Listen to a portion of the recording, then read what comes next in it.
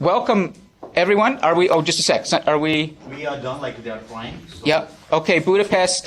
You're on it, and we'll just we'll figure something out. But okay, so welcome everyone to our global class with Professor Ed McDaniel from San Diego in the United States. And welcome to Dublin, the Institute of Technology, Blanchardstown, just outside of Dublin, and Paul Dervin. And of course, welcome to my students here for our global class with Edwin McDaniel. And for the live stream viewers, we are hoping as well that we will have Budapest Business School from Hungary online shortly. Normally they're very good, but there may be a little bit of bandwidth issue. Possibly there's even a revolution taking place in Europe. That's happened before, so maybe it's happening again. It's a pretty volatile world right now, so you never know. Anyways. So listen, I just want to do a very brief introduction to set things in context and then set Professor McDaniel up. Ed, we can call him Ed. He has done many global classes and is familiar with the format. And he will present a brief presentation with the PowerPoint. And then we're going to open this up to discussion. And we're going to follow through essentially on the reading that was posted from Ed's latest edition of his book, Communication Between Cultures.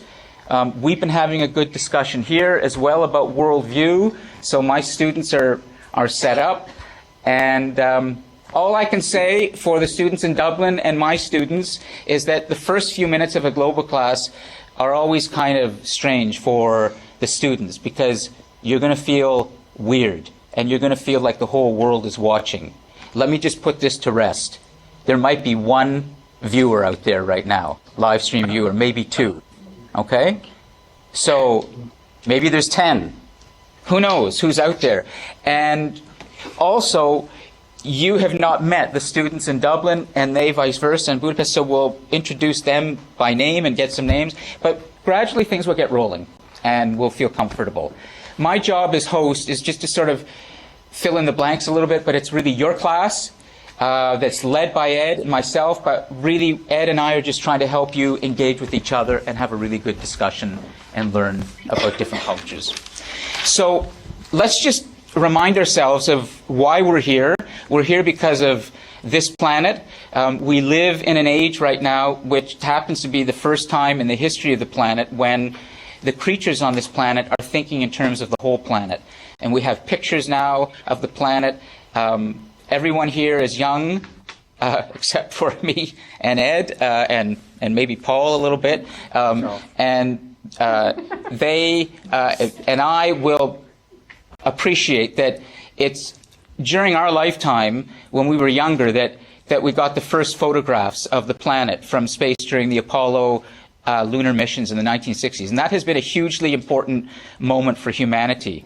So the fact that we're living in this time where we see the planet whole allows us to then have this kind of class. We want to understand the world as a whole. And we often say as well that the age of discovery has hardly begun. Those aren't my words. That comes from a lovely book called An Intimate History of Humanity by Theodore Zeldin. The age of discovery has hardly begun. So we discover things in this class, going forward together as the creatures, human beings on Earth. One of the most important things is how we look at the world around us, and it turns out there's a thing called worldview that dictates a lot of how we see reality. I don't want to spend much time explaining that because Ed is going to walk us through that. He is someone who has spent a lot of time thinking about worldview. He's traveled extensively, taught at different universities around the world. He has been someone who's written extensively, books, articles, and spoken as well on the subject of a worldview. So he really knows this issue well, and he's our authority on this. So we'll let him help us and walk us through that. The only thing I'd like to do, just before we start with that, is perhaps the students in Dublin and a few of the students here could just give their names. Just go around the table and give their names, just sort of to kind of warm things up a little bit and break down the technology. Could you go ahead in Dublin and just go around the table? Give us your names. I'll just say hello, first of all, Paul Dervin, in case anyone doesn't know me or your students don't know me. Paul Dervin, so I'm a lecturer in business studies here in Blanchardstown in Dublin. My name is Marty. Great. My name's Jamie. My name's Niamh. How's it going? My name is Derek. What's up? My name's Kev. My name's Mark. My name's Ryan. My name is Dylan. My name's Kieran. My name's Jack. My name's Nadine. Okay, great. We didn't get all of that. It's a little rough just because the audio will get better there as you speak. But don't worry. We'll get your names again as we go around. But just most important is that you can feel a bit more comfortable talking to us this way on a screen. So in terms of us, let's see. We have, well, I'm not going to move the camera right now, but there's Tracy over here. Just a second. And then I can kind of move this. Do you want to just give your name as well? Alexia. Alexia over there. Abigail. Abigail, and then Carol. Carol is here, and then I'll come back to our little master shot. Albert. Albert. Richard. And Enter. Andrew. Enter. Enter. And Ender. Yes. Okay, I'll get it correct. And then, sorry, and hold on a second. And then over here? James. James. Okay, great. So let's come back. So we'll gradually move around and get more students. Okay, so why don't we give the class over to Ed and let him start with however he wants to go, and he has the PowerPoint. Ed, just let us know when you're ready to show the PowerPoint, and we'll start. So please take it away. Okay, I'm assuming that everyone can hear me and see me. Welcome to San Diego and welcome to my home. And just so I'll dispel any distraction, I'm sure some of you are focusing on what are those bottles at the top of the shelf back there. Those are all bottles of very nice Japanese sake that have made an impression on me, and I keep them as a memory, and in hopes of getting another bottle. So moving on to the lesson. The book that the extract from the book that we put online for you to look at focuses on religion. I want to emphasize religion is just one aspect of influence on worldview, but a very important aspect depending upon where you are and what religion. There are many other influences, as you will see as we go through. So indeed, if we can think about what is just a short definition of what is worldview, we can think about it. It's about assumptions about the nature of reality and human behavior. In other words, what's good, what we consider to be good and bad, what we consider to be right or wrong, even gets into certain things of what we consider to be beautiful or not, etc. So it shapes shaped by our values, and in many ways shapes our values. So if we could go to the PowerPoint now, I can start using. Sure. All right. So Sandeep's going to bring it up, and then do you want me to turn that on? Oh, you're okay. Okay. It'll come up. Oh, great. So we see the PowerPoint here, and then you should be able to see it shortly. Yes. In a few seconds. Yeah. Usually there's about I've got it. a 7-second delay between what is live and then what appears in the live stream. Okay? So. Okay. Great. Well, what I like to use now that we've kind of got a definition of what worldview is I like to use as a metaphor on the evolution of worldview is glasses. For example, the different frame. When you go in and buy glasses, you have to select, okay, there's many different frames, and then there's many different styles of lenses, the colors, etc. And then there's different prescriptions depending upon what you need yourself. Well, we can look at that as worldview in that the frames represent different cultures. For example, the red ones there might be Ireland, and the black ones might be Canada, and the green ones down there could be the United States, and on and on and on. And then we look at the lens colors. That's the variations within each culture, because within a culture, there's going to be people with having different worldviews based on their life. And then there's different. Sorry. And then we can go to the varied prescriptions, because just as you will find as you age, your glasses prescriptions will tend to change just as you grow older with different life experiences, different exposures. Your worldview will evolve accordingly. When I grew up in a very small rural community, and since I left after college, or after high school, I've traveled widely, had many different experiences around the world. When I go back to visit my high school friends, high school classmates, I guess, friendship is gone, I find that they have a very small or very different worldview than I have, because they haven't gotten out, hadn't been exposed as much as I have. And I think you will find that perhaps as you go through life too. So if we can now go to the next slide, and we will look at what influences, some of the influences on worldview. I won't spend a lot of time going through this, but I want you to know that your physical environment is also a factor on shaping your worldview. For example, give a personal. I grew up, as I just said, in a very small town, a very rural environment, and I still like that small town feeling. My wife, on the other hand, is from Tokyo, which is very densely populated.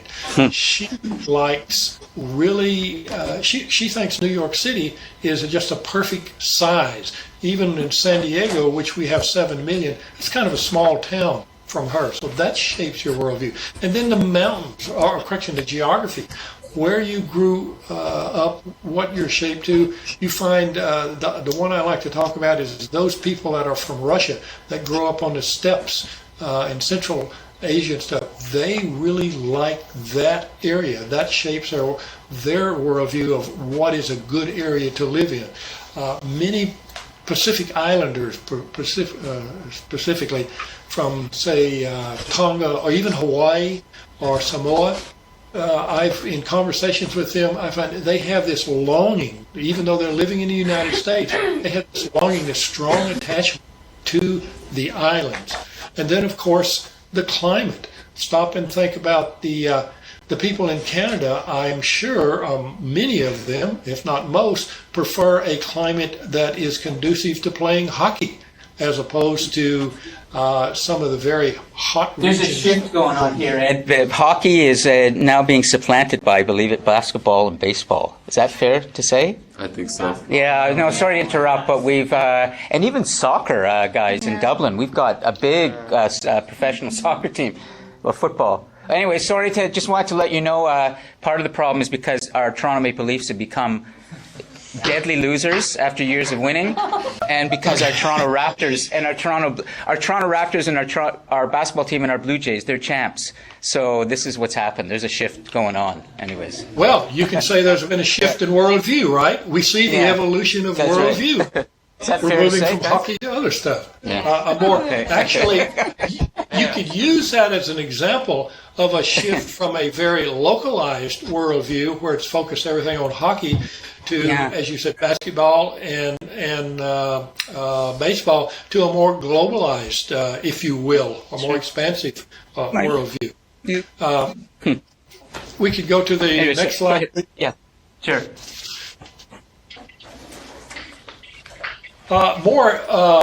More well, equally and perhaps more important than the physical environment is the social environment that you grow up in.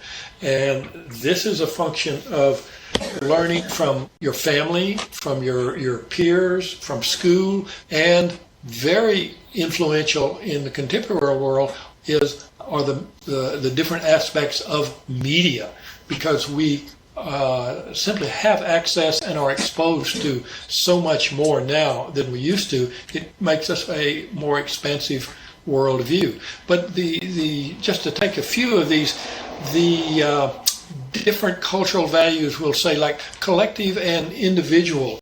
In the West, the cultural values are on the individual. But if we go to Northeast Asia, Southeast Asia, it's more collective. And there, the group is the most important thing. So people see that social interactions in Asia have a greater importance than in the West, where we're focused on the individual. We're thinking about ourselves first, as opposed to the group, which is very important. We can get down to, say, then achievement or quality of life. In the U.S. And Western Europe, the achievement, getting ahead, is really very important. How much material things can we accumulate, as opposed to if you go up, particularly in Scandinavia, where the quality of life is of greater importance, and there they are willing to endure or to accept a very high tax rate in order for return of social support systems, where in the U.S. we're constantly lower taxes, less government involvement. The political system that one is exposed to, as well as their own values. In the United States, we see a real divide right now, and it is a function in many ways of worldview through the political system being divided people into liberal or conservative, and it's in my opinion now becoming a detriment to the country. You could say I'll stop and say a word maybe is just polarization. You know, sometimes with worldviews we get this strident polarization, which can be, would you say, dangerous? Oh, I can say it can lead to wars. Yeah. Certainly, different worldviews, different world war. You know, the Nazis saw themselves as a superior race, and look where that was their worldview. And we can go back throughout history and see many instances of where it has led to conflict. It is indeed leading to conflict in the United States. In some cases physical, but certainly other aspects within our social system. And I'm just going to stop and see if any students, you can always ask a question or raise a hand, and Ed will continue, but just stop for 2 seconds and see, does anyone have a question before Ed continues? Anything? We'll have a longer conversation after the presentation, but if you have a question now, raise a hand, and we can, Albert, you have one? Yeah. With this topic of liberal and conservative, I think there might be a possibility of a misunderstanding of what that exactly is. I think overall, I see that there is a misunderstanding of what is the difference between liberal and conservative. I do not disagree with you. And here again, it depends upon the individual interpreting it, which is often a function of their worldview. In the United States right now, if I don't want to get too much of a discursion away, there's a lot going on that is creating the conservatives are looking at, I guess I could sum it up, whereas in the United States right now, generally speaking, conservatism or the conservative faction looks at small government, very little government involvement in the personal life, and fiscal conservatism. In other words, we've run up a tremendous national debt, and so that's the way they see it. But there's also many other factors influencing people that call themselves liberal, or more recognizing that governments provide provide a benefit, and a more of a laissez-faire, if you will, live and let live. You do what you want to do, as long as it doesn't encroach on my values, it's fine. Whereas conservatives, particularly in the U.S. for now, and particularly religious conservatives, are really concerned about what they see as the erosion of traditional American values, which were strongly influenced by Protestantism. That's very carried off. But that, and to continue on just a little bit, but sure, go ahead. But those aspects of society are contracting within the conservatism, which makes it even more. People, when you see your values changing, people become very concerned, become very vocal, and they start speaking out. And I'll just, not to go into the politics, but to go into politics, the Trump campaign is using this contracting aspect of U.S. society, i.e. a contracting white population. And that he's using it for nativism, or creating a sense of ethnocentrism, and this is creating the very much problem. In the United States, we figure in southern, I'm really going off on a tangent here, but this also shows the evolution of worldview. In southern, it's okay, we'll bring you back. We always, in a global class, it's okay if we paddle down a creek or a river for a while, and we'll come back to the ocean, okay, and continue. So let's paddle that. In Southern California now, we are already a population of minorities. There is no one ethnic group that represents over 50% of the population. And they're looking at, within the next 10, 15, 20 years, the United States will be a population of minorities. There will be no one representing over 50%. The white population right now is like about 51, 52%, something I can't remember, don't quote me, but it's a very small amount of population. And the whites, as in any developed group, represent mostly the higher socio-income levels, and they don't have as many children. Whereas you have many of the immigrants coming in, they're still used to larger. If you go to developed countries, you see contracting birth. You go to underdeveloped countries or developing countries, you see greater families, simply because of the social support systems. I'll just stop for a sec, just to make sure, only because guys in Dublin, we're very familiar with what has been called sleeping with the elephant. Our current Prime Minister is the son of a very well-known Prime Minister many years ago, Pierre Trudeau, a Liberal. Justin Trudeau, his son, is now our Prime Minister. And Pierre Trudeau said that living next to the United States, being on the border, is like sleeping with the elephant. So we're familiar with everything that's going on with the American presidential election campaign now. Is it okay if Ed sometimes makes references to Donald Trump and this sort of contracting white population immigrant issue that has really emerged in the United States? Are you familiar with that in Dublin? Yeah. Okay, because Ed's going to talk. Great. Okay, because Ed's also going to talk a lot about, or not a lot, but we're going to get into capitalism and the worldview, the economic system that the United States has largely spread throughout the world. It's called capitalism. And I know you're business students, and we talk about those things here to some extent as well. So if you feel the references are not clear to you, raise a hand and ask for clarification, okay? In Dublin? Yeah. Great. Okay. Thanks, Lon. Yeah, sure. No, this is part of... does anyone want to ask something of Ed before he continues with his presentation? Politics is one aspect of a worldview, but there's a lot more. And Ed will have a lot to say. But Zach, over here, just I'll bring... Do you want to, Albert, just hand Zach the microphone and kind of see if this or you can come in. There we go, Zach. Okay, so so go ahead. Between the physical environment and the social environment, which one matters more towards worldview? My opinion, and I doubt there's been a lot of studies done on it, would be that the social environment is greater because it continues on. You grow up in a particular physical environment. If you stay there, that's one thing. But then if you start traveling, for example, I grew up in Texas, a rural area, and I liked that.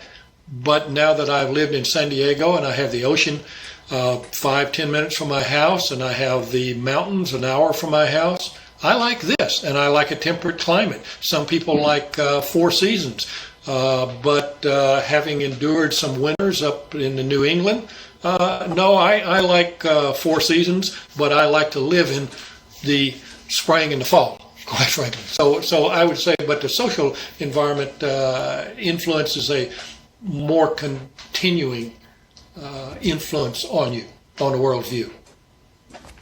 That might include Okay. intentional influence, such as media. And media being part of the social media, we'll get to that. That's great. That a big part of the social impact on one's worldview would be media, ever-present media in society, right? That's what you're. Yeah. Okay. Yeah, well, I'll give you an example. I was listening to National Public Radio the other day, and they were talking about the debate, and they went around and they talked to people that had listened internationally. People had listened to it in Liberia, people had listened to it in Mexico, and people had listened to it in London. They said in Mexico they had a large group of expats, but Mexicans and other people there, and that they were listening to it online through the online streaming media. And they said that every time that Donald Trump mentioned Mexico, and he mentioned it, they said how many, like 20 times or something, that the crowd would roar and clap. And to make it interesting is he never mentioned Mexico in a positive sentence. It was always some negative attribution of Mexico. But their worldview, they were seeing this from a humorous standpoint. So there you see how media was influencing, yet the worldview of the people was influencing that perception of the media. But media does, yes. Why is Google collecting all this information so they can show you a particular ad, or Facebook, etc.? Yes, it's very persuasive. And the other aspect of it is and I think this is very important, in that media can reinforce. This can be a negative aspect or a positive, however you want to look at it. Media can reinforce a worldview by exposing you to only those ideas and other people's with worldviews that are similar to yours. You no longer have to contend with people who have a different worldview. So you can use the media, or the media can use you, to focus simply on those things you want to hear, as opposed to having to deal with people and ideas that are different, i.e. that are different. It deludes it erodes your critical thinking skills. Yeah, I'd love to write that down. Hold on a second, Ed, because that is such a good comment, and then we'll continue. Could someone, who would volunteer to write on that board over there, and we'll get a close-up? Zach, are you okay? Okay, can you go over to the board? We're going to write down something that is really important, and then we'll come over. Just hold on. This is a little bit of learning going on here, some serious. So take, and you can flip, well, you can just leave it that page. There's a pen right there. And, okay. I think that we're going to write down 2 words that are really, really important when it comes to a global class and worldview, and that's called critical thinking. Okay? So, Zach, could you write down critical thinking, please? Just write it anywhere. Anywhere is fine, okay? Because, Ed, you talk about erosion of critical thinking, and that's a dangerous place to be for a society, is when we start to lose our ability to think critically, we become dumb. And that's not good. So anyways, okay. Zach, just stay there and we'll add some more. You can sit down if you want, but great. Okay, so Ed, you want to continue, and then we'll open it up to the class after the presentation. But please continue.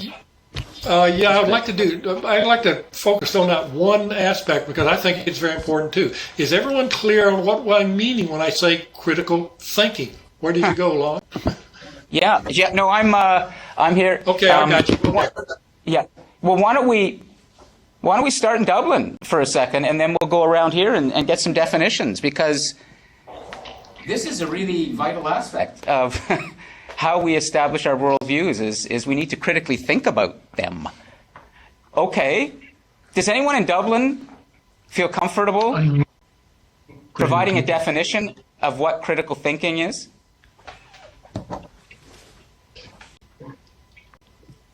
Okay, let me give you another question. Okay. And I was okay. talking earlier with Paul about this. In Ireland, you're very famous for Guinness. But in the United States, we have that now, and it's gotten more. But when I was your age, the most important thing was American beer. Now, I don't know if you've ever had American beer, but the ability to say, okay, Guinness is the best beer in the world, as opposed to Budweiser, or in Canada, Molson, or something of that nature. I'll say that. If you are simply saying Guinness is the best beer in the world, and you have never had any of the other beers, then you are not engaging in critical thinking. You have to actually go out and test these other beers and find out, okay, I'm going to go to Germany, etc. That's what I'm talking about, critical thinking. And the same thing when someone says, this is my opinion. When in the United States, when Hillary Clinton gets up and makes a statement, or Donald Trump makes a statement, rather than saying, accepting it, say, what are they basing that information on? Where did they get that information? Is it a viable source of information? Don't blindly accept what is being said. So this has become a skill that has been eroded through the social media, because it's much easier to listen to. Okay, let's ask for a second. This might not be a fair thing. I don't want to put anybody on the spot in Dublin, because we can talk about beer here too. But how many of you in Dublin think Guinness is the best beer in the world? I do. Just a second. What's your name? Who just raised your hand? Jamie. Damien? Jamie. Danny. Okay. Okay. Is it Danny? Danny? Is that good? Paul? Danny? Lon, Jamie. Short for Jamie, Jamie. sorry. Jamie. Okay, Jamie, I'm going to put you on the spot a little bit. So, wait a minute. So, Guinness is the best beer. How many other beers have you tested from different countries? A good few. How many? A lot. A few? A lot. Okay. We'll take your word for it that you are a critical thinker. Just, want to make sure that's clear. Did anybody else? Sorry, Ed, go ahead. No, I was going to take you off the hook, Jamie. I used to think that Guinness was the best beer until last year in Hong Kong. I had Kilkennan, if you can believe. In Hong Kong, I had another Irish beer, and now I think that's the best beer. So. You had another Irish beer in Hong Kong, not in Dublin. Okay, well, that's in Hong Kong. All right, so over here, would you say, is there a particular Canadian beer that you might say is Steam Whistle? No. Any micro-brewed beer. Any micro-brewed beer, Canadian micro-brewed beer is the best? Better than large beer manufacturing. Beer manufacturers. And you've tested other micro-brewed... Many. Okay, so... My favorite is Guinness still. His favorite is Guinness. He's kind. That's good. But he also claims that he's tested other beers, so good. So we understand what critical thinking means, is you've got to kind of compare. Then let's go to the next influence, which I think another influence on worldview is important, and that's historical memory. What we mean by historical memory is that those important historical events that you are taught in school or experience that stay with you throughout your life. If we go to Ireland, we would say that the historical events, and I'm not an expert on it, but the potato famine and the Great Migration, as well as the conflict with England, etc., those are all very important historical memories that shape your worldview. In Canada, the Hudson Bay Company and its influence and etc. and those different deals, and as well as the historical relationship with the United States, i.e., the elephant in the room that you were talking about earlier. That's huge. And of course, in the United States, we have many different things, but the big thing that shapes our worldview so much was the individuality of the people that came here. The people that came here originally were dissidents. They didn't get along well in their own country, and they brought those values here. And then the movement west, which is glorified, and usually history is presented in a positive view. Only when you get into critical aspects of the positive view. I'm reading now about this is a book on the China's sent-down generation during the 1960s, during the Cultural Revolution. Nice. All of the youth were sent down. The universities were closed. They were sent out to the countryside, up to the mountains, etc., to work as peasants. And for 5 years, there was no university classes.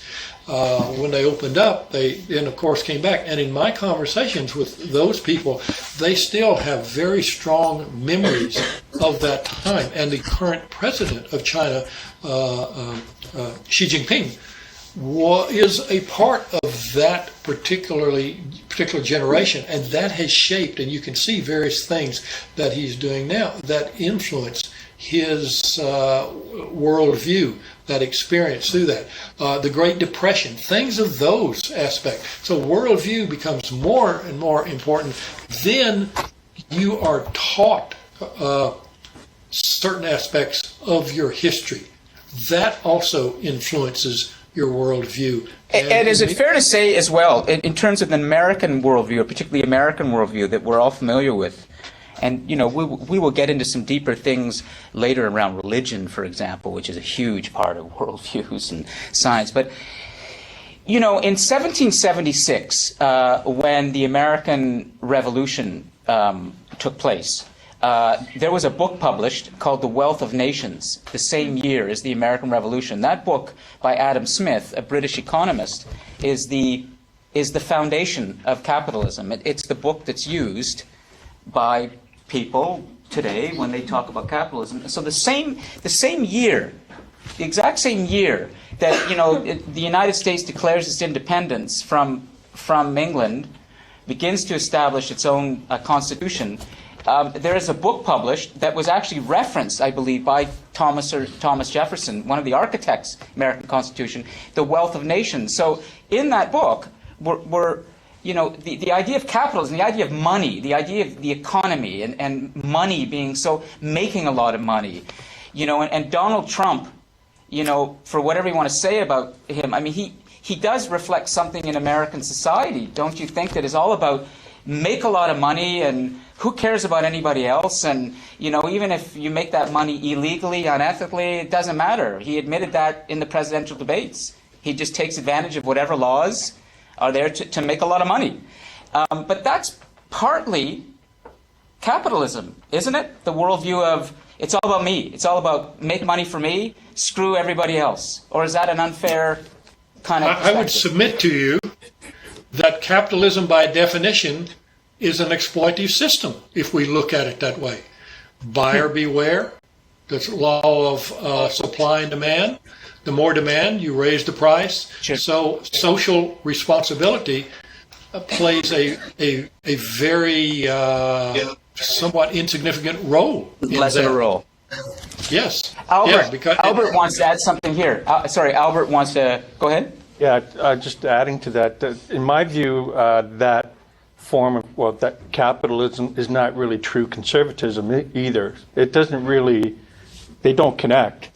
It's capitalism really isn't a part of conservatism, because if you're a conservative, then you would want to be concerned about your fellow citizen, for example. You would have you have a concern for conserving your citizenship or your constituents, and so on and so on and so on. You'd be concerned about your own country. Well, I certainly do not agree with you, and we can even take another example in the United States.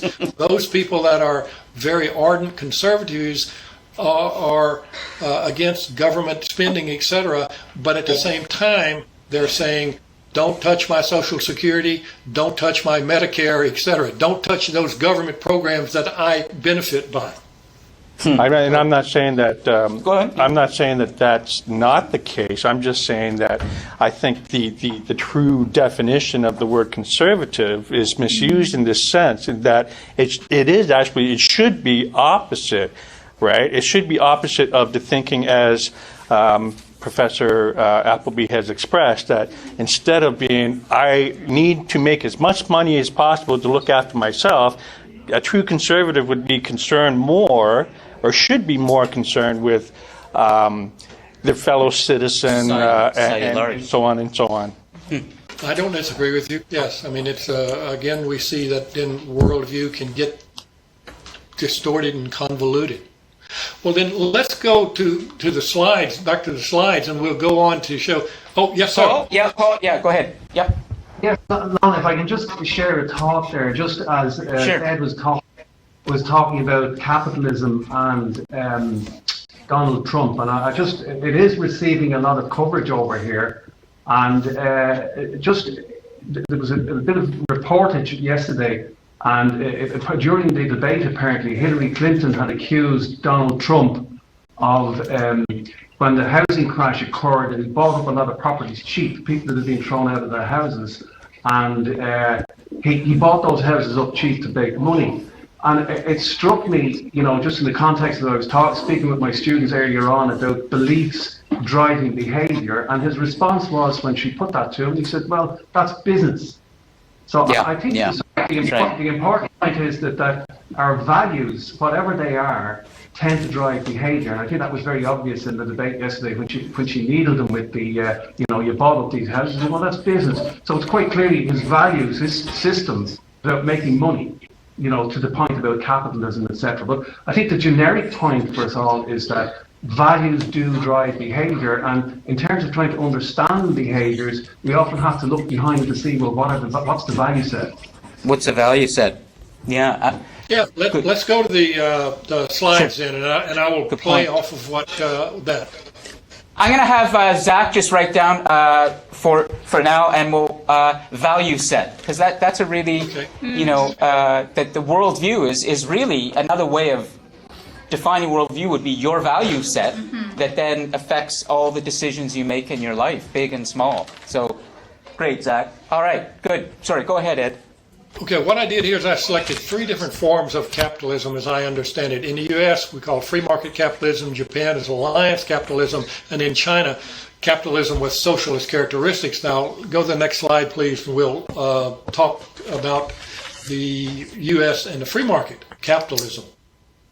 And I think we can then use another example of the debates the other night when Secretary Clinton pointed out, whatever, that Donald Trump had not paid any taxes for a number of years. And he interjected while she was speaking, saying, that makes me smart. The free market capitalism in the United States, the value is get as much for yourself as possible. That you look out for, and we have these adages like, look out for number one, stand up for yourself, take care of yourself first, etc. So free market capitalism in the United States is a really strongly competitive concept, and that's based on its value of individualism as opposed to collectivism. Now we can then move to the next slide, and we can look at a little bit of variation on this.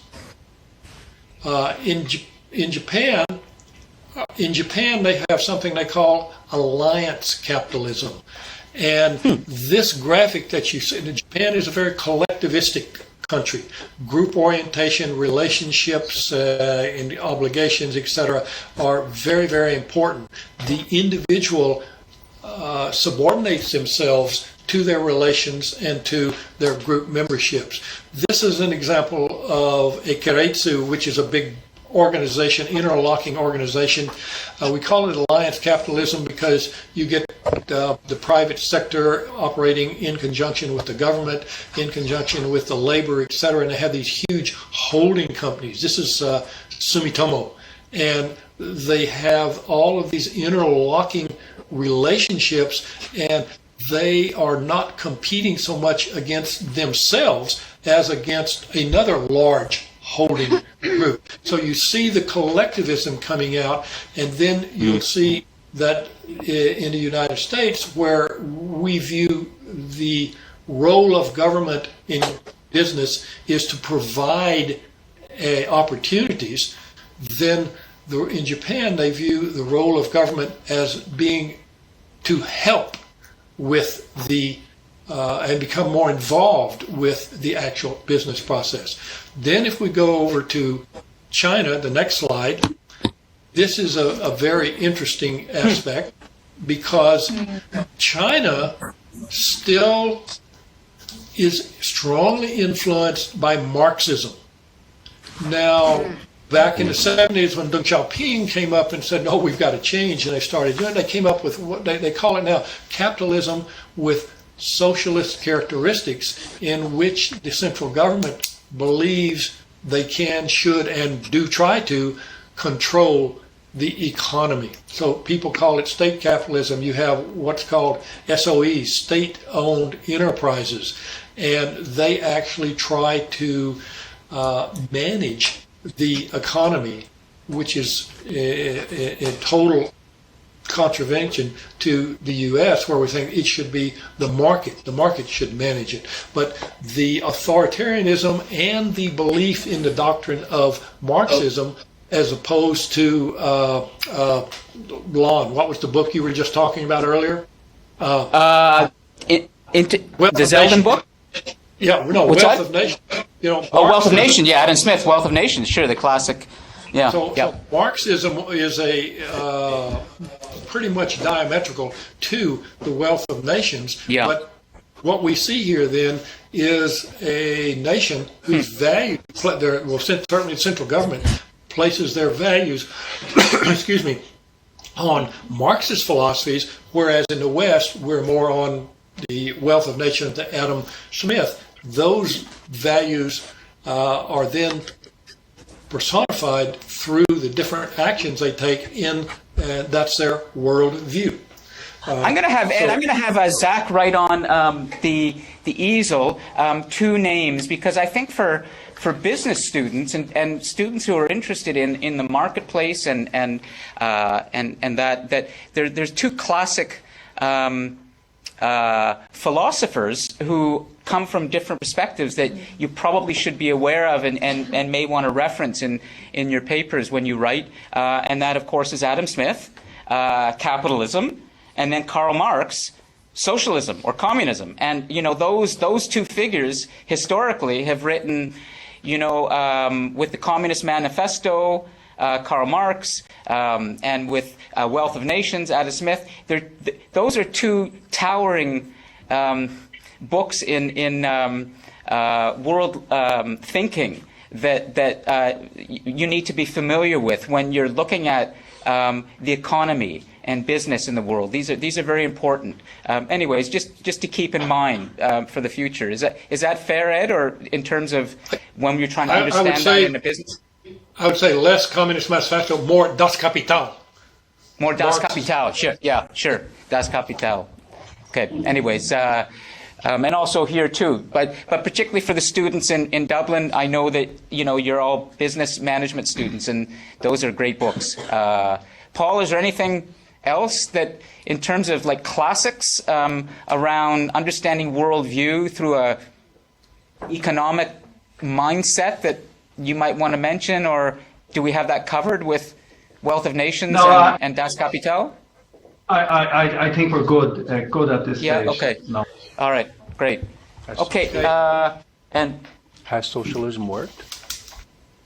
well, why don't we put that as a question, and we can return to that when he's done. Has socialism worked? Because that's a big worldview. But let's because we want to really get religion is a huge one, and we want to give that a chance. So, Ed, do you want to continue with the PowerPoint? Yeah, I think, and I'll just go ahead and you can go to the next one, but I'm going to really talk a little bit about religion here. Socialism. And I want to put it in the Question. current perspective of what's going on in the world. Address that. Yeah, for sure. It's good. What we see in the West is the separation of religion and the state, and this was certainly what the New World was founded on when they came across, and then we have seen it become more important in Europe now. Under the Protestantism, etc., the separation of the church and state in the United States is that they don't erode on each other. The state was administered separately from the state provided a social system, a form of governments separate from religion. Religion provided, now there was some crossover and feed in, yes, but then let's go over and look at Islam. Since the early 600s, I believe, it started. So around 1,500 years here, we've seen that there is a religion that provided both a social, a judicial, and a belief system for societies. And due to one of the classic things, there was a book where an individual went into, this was back in the not long after the 2011, I think 2012, something like that, where an individual went into a small village in Afghanistan, and he left and he was writing, he said that the people living in that village, most of them had never been more than 5 miles in their life away from their town. So for them, Islam had been everything. It had been their social system, it had been their belief system, it had been their system of judicial prudence, and it had been their economic system, etc. So what we're seeing today is this clash of cultures, as was written back about 20 years ago now, and we're seeing it come to fruition, that there is somewhat of a clash of cultures, or we could call it a clash of worldviews, because the role of religion is more important. And I'm not saying, let me hasten to dispel any perception that the majority of Muslims in the world simply want the same thing we do. They want a peaceful life, they want their family, etc., ability to improve on their lives. The religion has been hijacked on both sides, if you will, by people by extremists. We have, in the United States, we have extremists that profess to be Christians. They sometimes resort to violence. When you have an attack on a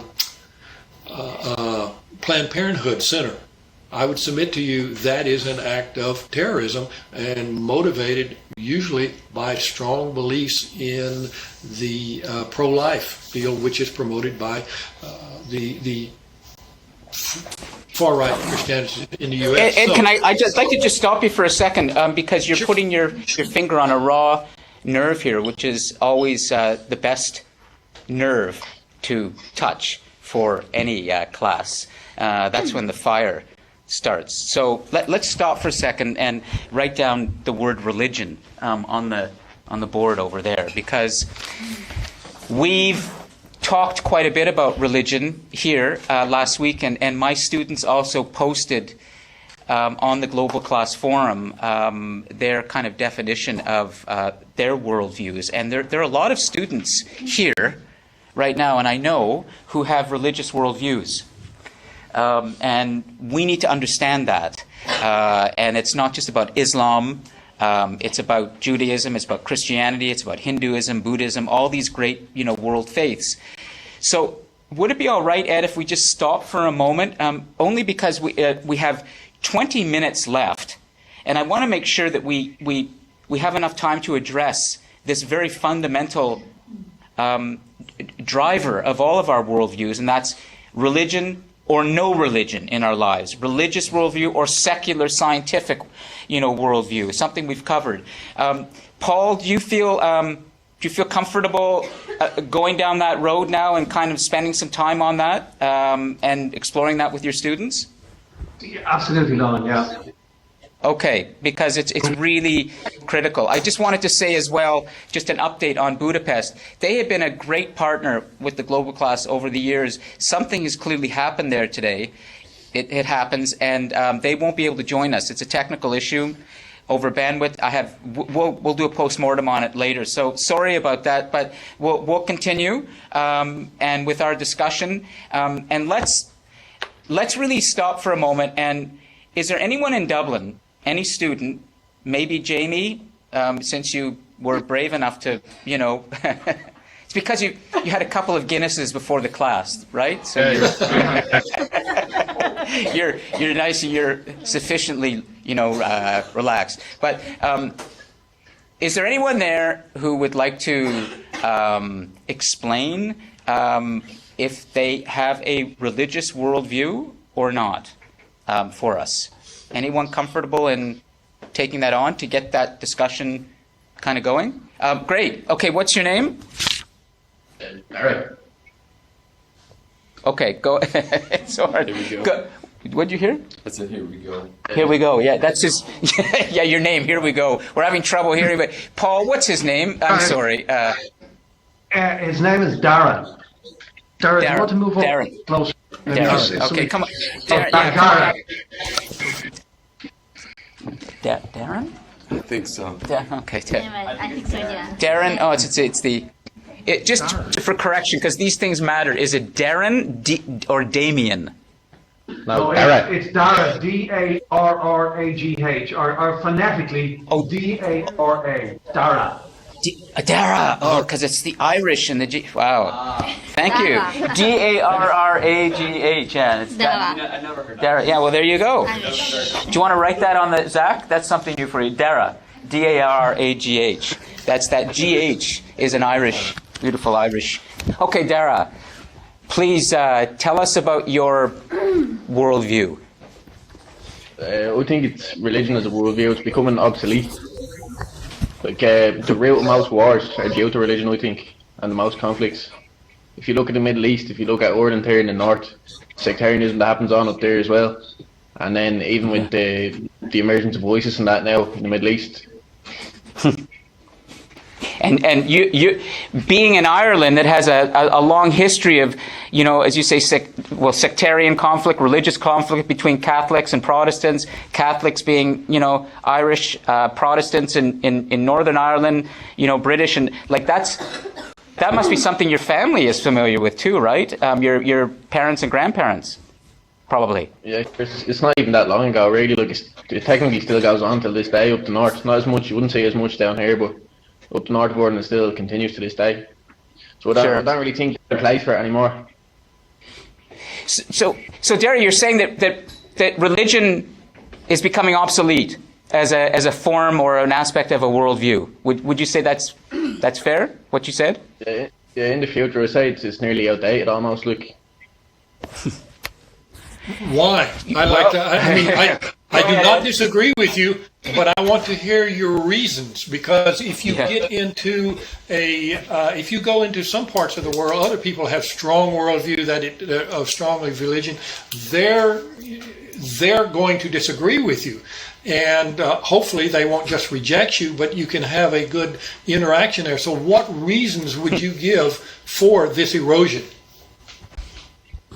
I don't know. I think it's pointless. Like, there's most of the disagreements that they have over are just solely due to having different beliefs, and like they're not even proven. Like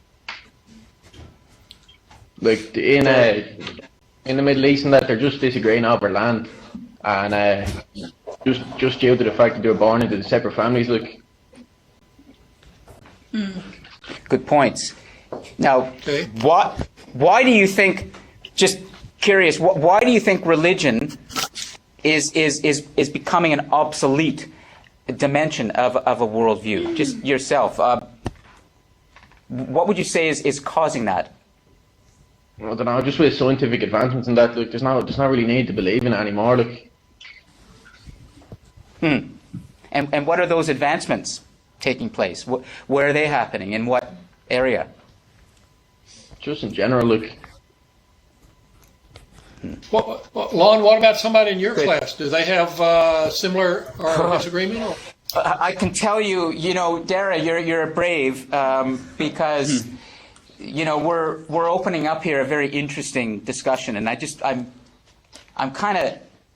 a little torn. I'm hardly torn. I love a class where we can get a great interaction and debate, and things get a little wild, and that we'll control it. I know that if I ask the students right now who's ready to disagree with that, I'm thinking there's probably quite a few students in this class that are going to disagree with that. So let's hold on. I see a hand in Dublin. Let's keep going, and then we'll come back to here. But who was the student raising a hand beside Dara? There. My name's Niamh. Okay, please spell it for us. So Irish is Niamh, but in American it's Nev. Niv? Niamh. Niv. Okay, do you want to write down Niv? N-I-V. Neil. Oh, Neil, just tell Zach what. Tell Zach what to write. Please tell Zach what to write. Oh, God. N. N. Yeah. I. A. H. A. And then H. N-H. NH, yeah. N-H. N. M like mother. Like. Or N like. Yeah, it's just. Okay. Is that correct, or it should be an M instead of an N? An M. Like for motorbike. You're good. N-I-I-A. No. M.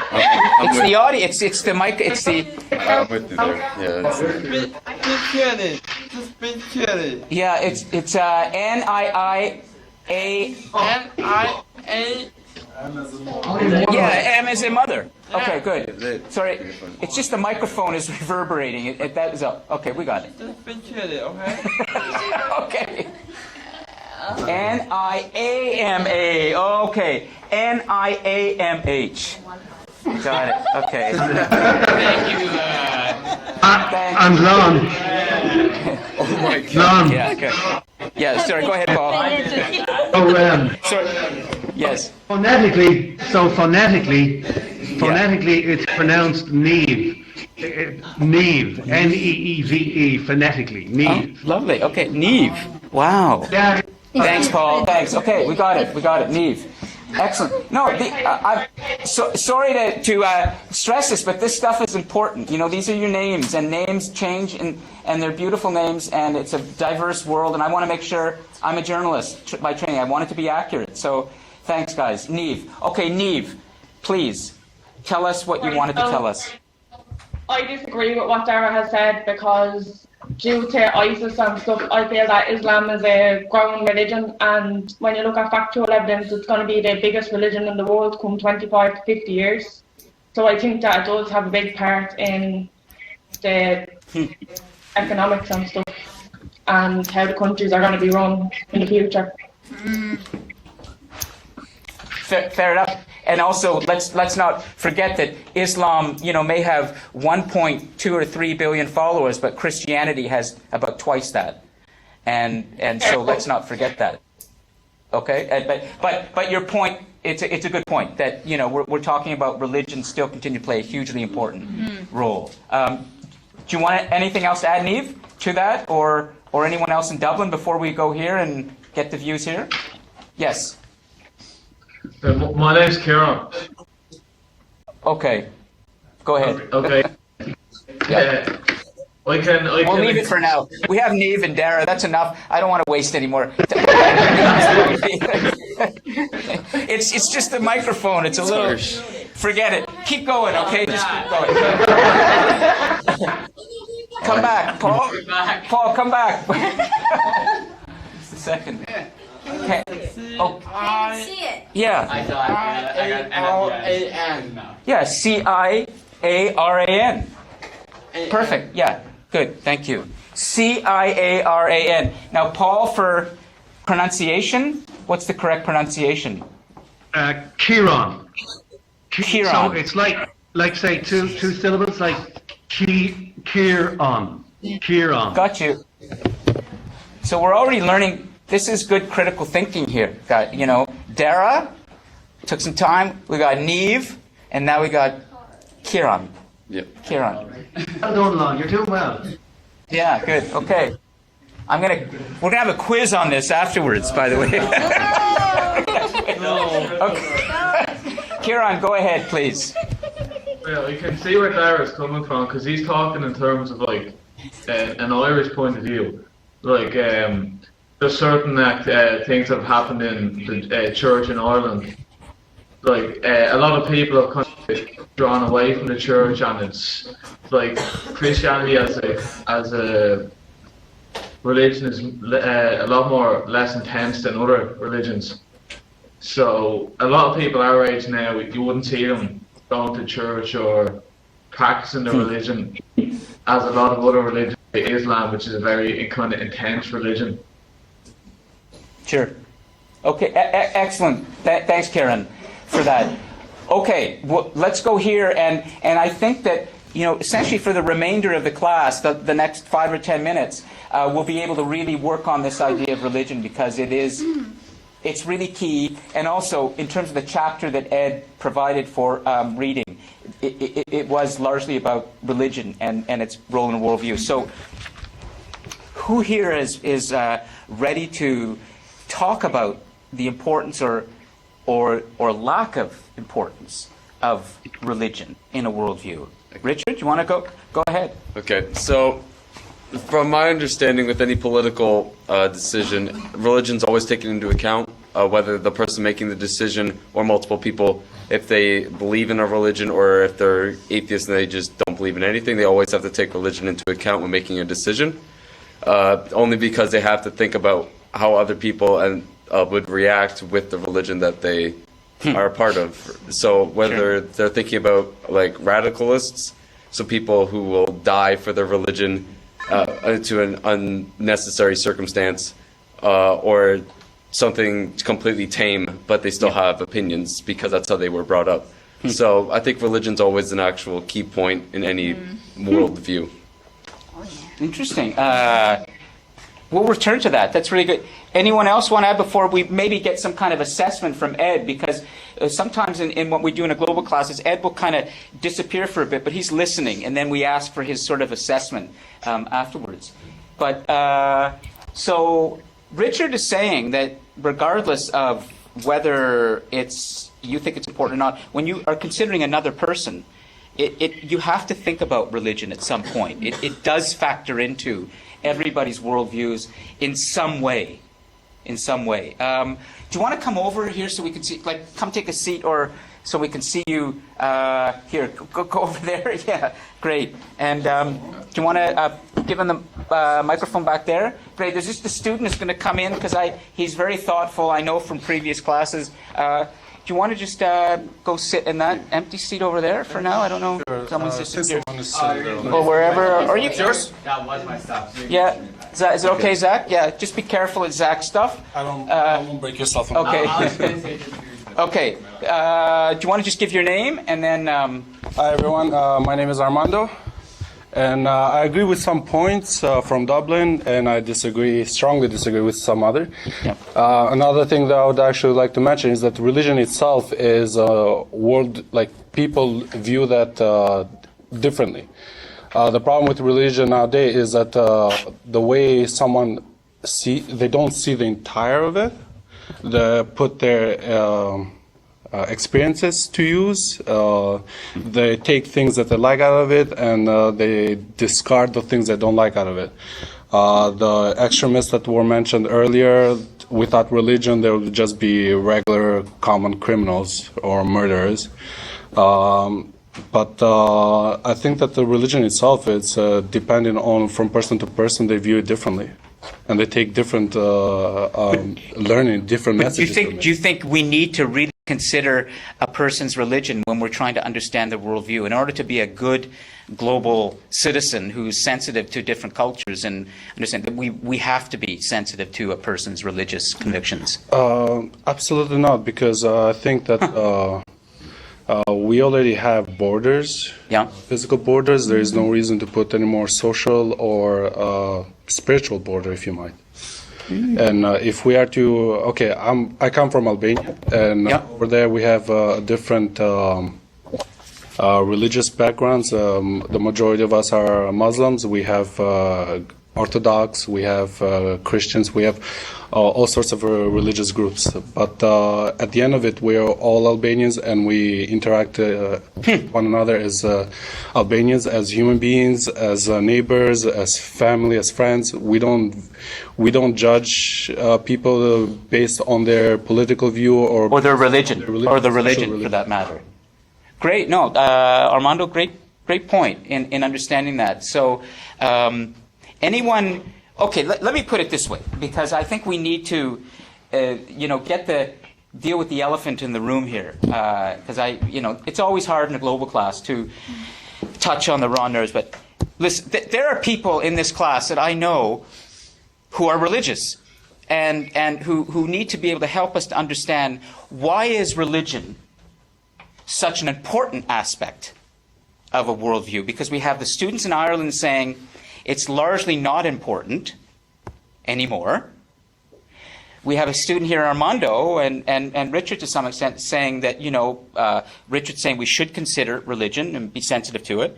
Armando saying not really, there are other bigger things that matter. But somebody has to help us to understand, and I will help you because I'm quite religious myself in some ways. It may seem like a surprise, but why is religion so important in the world to people's worldviews? It's a fact. Ed's chapter just talked a lot about that. Anyone want to help? I can jump in and explain it, but I don't want to do that. Who's going to have the guts to... I think I need to highlight something. Okay. I think we're thinking about this in a different way. Okay. Let's take this in. Where I'm from, you dare not say religion doesn't matter, because mostly everything is built on religion. Right now, my government is based on religion right now. And when you say, do you want to come a little closer just so we can, because this is, you're the courageous one right now, because yeah, you got, no, that's great. Okay, go to the hot seat. He's going over to the hot seat. Just a second. He's got. Now we're gonna. What's your name again? Tolu. Tolu. Yeah, and you're from Nigeria. Yeah, I know, from Nigeria. Okay, Tolu, can you help us to understand, why religion is so important? Because basically, religion is important in the sense that it's an everyday state of mentality. How I was brought up, when you wake up in the morning, the first thing you do is pray. Yep, when you get back at night, next thing you do before you go to bed, you pray. My parents, when they wake up, before they start their activities, they have their devotions.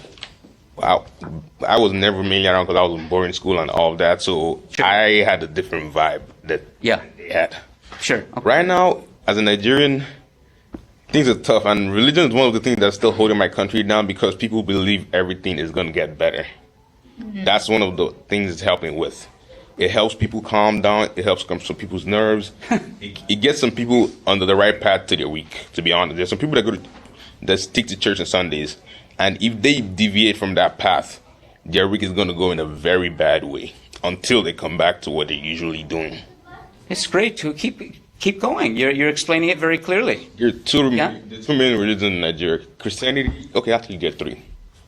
There's Christianity, there's Islam, and there's the traditional methods, the traditional gods, and because the different tribes and everything. Sure. There are different gods for different tribes. There are different gods for different people from different areas. But the two main ones are still Christianity and Islam. On Sundays, everyone goes to church. On Fridays, the mosque. Even public holidays, there are days dedicated to Islam holidays. Yes. There are 3 days where no one is meant to open shop. All those religions, all those rules, they're in effect. Yeah, there's some days when some people are having this stuff that their particular locations you're not meant to enter because that day is dedicated to them. Sure. That's another part of it. Now, Tulu, can I ask you, and then I want to give Ed a chance, because he's educating us, right now, and this is the beauty of a global class, is that we can have students teaching students. This is ideal. Tulu, in a word, what would you say is driving people to follow their religions? What do they need that the religion is giving them? There are things called signs and wonders. If you, I'm a Christian, I believe in God. You're a Christian? Yeah, I go to church on Sundays. But in Canada, it's a different thing because I have schoolwork and other stuff. Maybe not every Sunday like before, but I still go to church. There are some particular things that would happen in your lifetime that are going to have no explanation whatsoever. Call it the mystery. It's just total mystery. It just happens. Bafflement.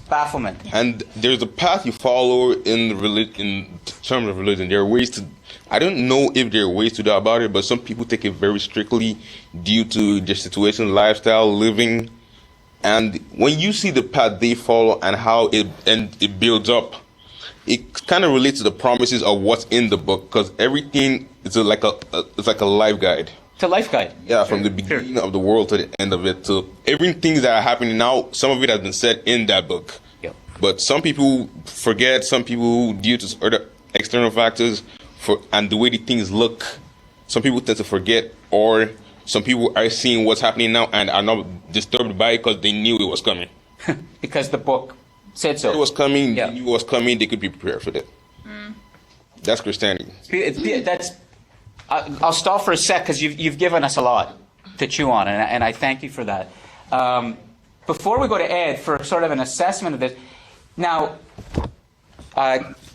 Dara and Karen and Neve, now what are you going to say?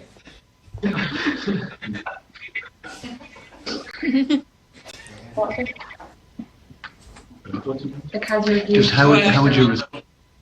Yeah. Let's hear. Well, everybody has different views on things, and all religions have different views. But if we were to look in a sense of taking it on and treating people differently because of religion, there's no point of it. There's so many boundaries out there that you treat people differently already. So why make more? And Okay, good. Yeah. Keep going, please. Keep going. Personally, I feel that there should be 3 different entities anyway. There should be the economy, there should be a separate entity for government, and then religion should be just completely different. If you want to be religious and follow a religion, that's your choice. You can do that. Now, for me personally, I'm not a religious person, and when I make decisions, no religion comes into effect for me whatsoever. And I'm not grown up in a Catholic family that would be very religious. My nanny has a background as a nun and she left and everything, but I don't take that into consideration when I'm making decisions. Neve, thank you. Thank you for... these are hard things to talk about, and it takes courage to be able to share this. You talk about your nanny and the different views. We're starting to run out of time here, believe it or not.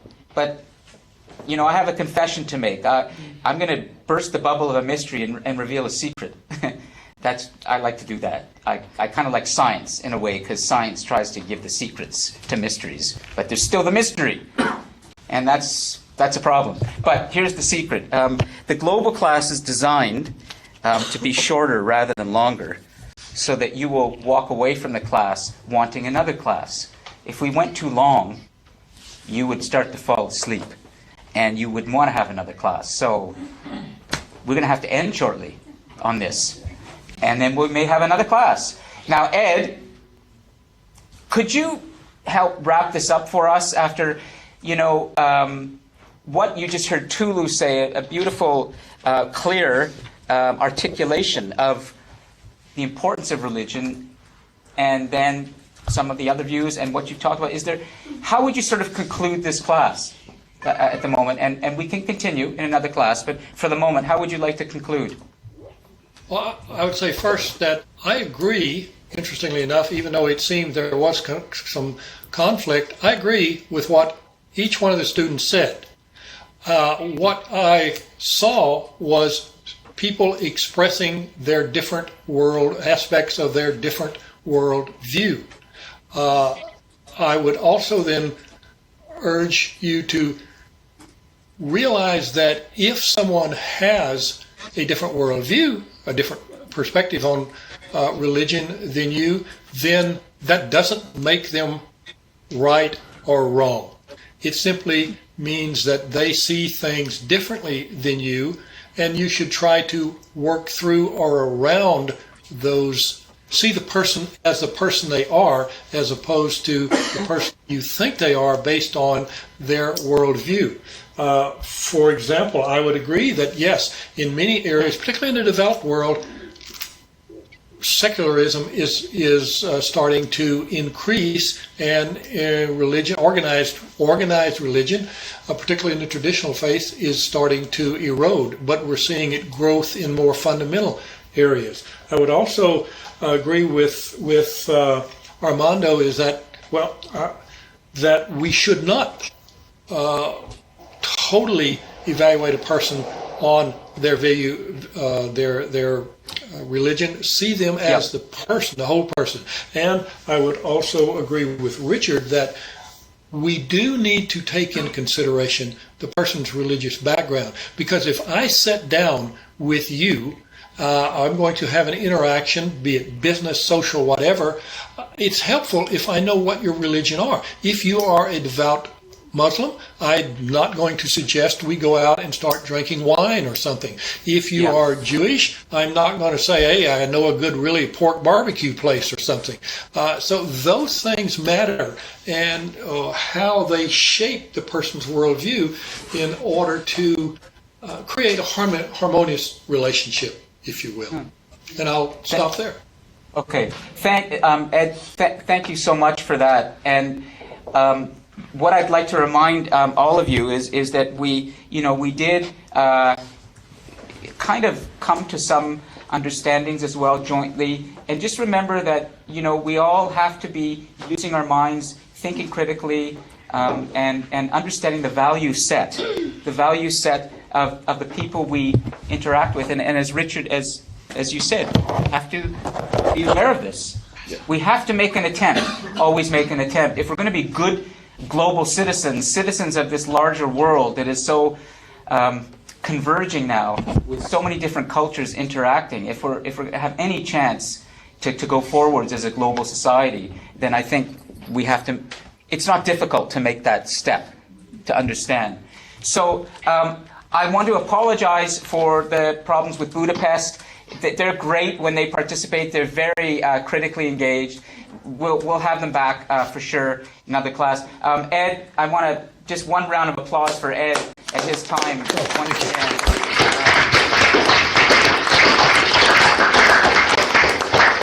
My pleasure. My pleasure. I learn a lot. Yeah, excellent. In Dublin, Paul or any of the other students, is there anything you would like to add before we sign off here in Oshawa?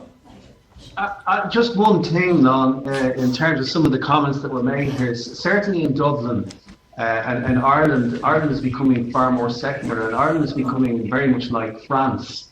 from a religious perspective, and that in part has been driven by some of the scandals that have beset the church here. You may be aware of some of them. But sexual abuse, yeah. I think the interesting thing is that we didn't really touch on it. We've been talking about religion and formalized religion, but my perception is that, and a number of people that I know, my friends and some of my relatives who have, would be sympathetic to the views that the students expressed here, have become really spiritual people. So I think there's a spiritual aspect as well. We've the formalized religion, and I think the other thing that I've seen is that, notwithstanding the fact that people have maybe given up on formal religion and they don't go to church on Sunday or whatever, they are still very charitable people, and they do really, really good things that would be recognised in any religion, be it Islam or Catholicism or whatever, as really, really good things to do.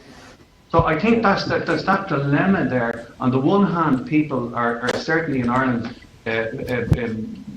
disconnecting from formal, but I think there's still spirituality and there's still very much charity. Speaking for Ireland, I can go back to the 2004 tsunami, and of all the countries in the world, Ireland per capita contributed more to the relief in that particular escapade, in that particular episode. So I think the future is bright, but there's a dilemma there about formalized religion versus spirituality versus charity and all those things. And perhaps, as you say, there's another class. Well, please, all of you, there is the Global Class Forum on the Paul, if you can direct them afterwards to the Global Class Forum page, students can leave comments there and add some more. The conversation can continue online, where we can address some of the things that perhaps we didn't have time to address, like spirituality and others. And then we will meet again in another class this semester on another topic, but we will be certain that we keep all of these great perspectives in mind. So thank you again, everyone, for a really good class, and we'll see you soon. See ya. Thank you.